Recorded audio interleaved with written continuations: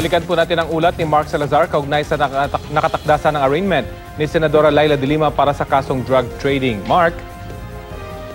Rafi, tuloy ko lang doon sa naputol ako. Doon sa nag-submit kasi siya ng, ng motion for reconsideration dahil sinasabi niyang wala naman daw ebidensya ang DOJ na matibay laban sa kanya. Sabi ng abogado ni de Lima na si Attorney Alex Padilla, itong illegal drug trading kasi ay solely relying doon sa statement ng mga drug convicts at wala naman daw ebidensya nagpapatunay na may ibinentang droga o may mga bank accounts bang pinakita, kung through phone daw ang bentahan, wala namang phone records na pinakita. At ito nga daw ay naka-angkla lamang doon sa sinasabi ng mga drug convicts. Ang sabi naman ni Attorney Peter Ong, ang DOJ lead prosecutor sa kasong ito, ano naman daw masama doon. Kahit naman daw itong mga ito'y convicted felons, ay kung sila raw ang katransaksyon, ay credible sila. Ipinagbabawal ang news camera sa loob ng korte, Rafi. Pinagbabawal din ang police escorts ni de Lima na magsalita siya sa camera. Pero nakasingit ang mga cellphone camera ng mga reporters at nakuha na ng pahayag si Senadora de Lima para sa first anniversary ni Pangulong Duterte sa Malacanang. Ang sabi niya ay ito daw ay isang taong pagpaslang ng sa mga walang kalaban-laban, isang taong pagmumura at pambabastos, kasinungalingan, katulad daw ng paratang sa kanya, fake cases, fake news, isang taon daw ng pangakong napako.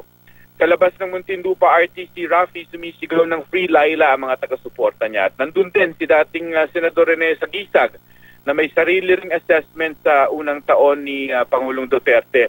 At sabi niya sa human rights violations, terrible daw at dapat daw ay turuan ng bagong lengguwahe ang Pangulo at hindi daw gumamit ng mga pagmumura at i-re-examine niya raw ang turo ng San Beda dahil itong si Sagisag at saka si Pangulong Duterte ay parehong pedan, parehong graduate sa San Beda.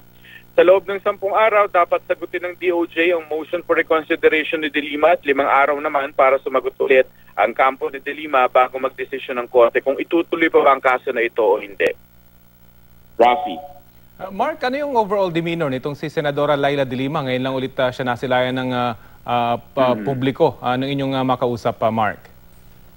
Well, okay naman siya. Inside the court, hindi siya nakuna ng camera, no? Pero the way I observe her, ay ngumingiti naman siya pagkakausap niya yung kanyang abogado na si Attorney Alex Padilla. In fact, nagsalita pa siya sa korte para linawin yung ilang bagay kasi nagkaroon din ng problema in identifying kung sino talaga yung kanyang lead counsel in this case. So, pangiti-ngiti naman siya, she looks relaxed at nung palabas na, ay bagamat hinahawi kami ng pulis, talagang pinapagalan niya ang salita because she wants to address us para sagutin yung mga tanong namin kahit na ipinagbabawal. She looks fine, Rafi. Okay, maraming salamat sa iyo, Mark Salazar.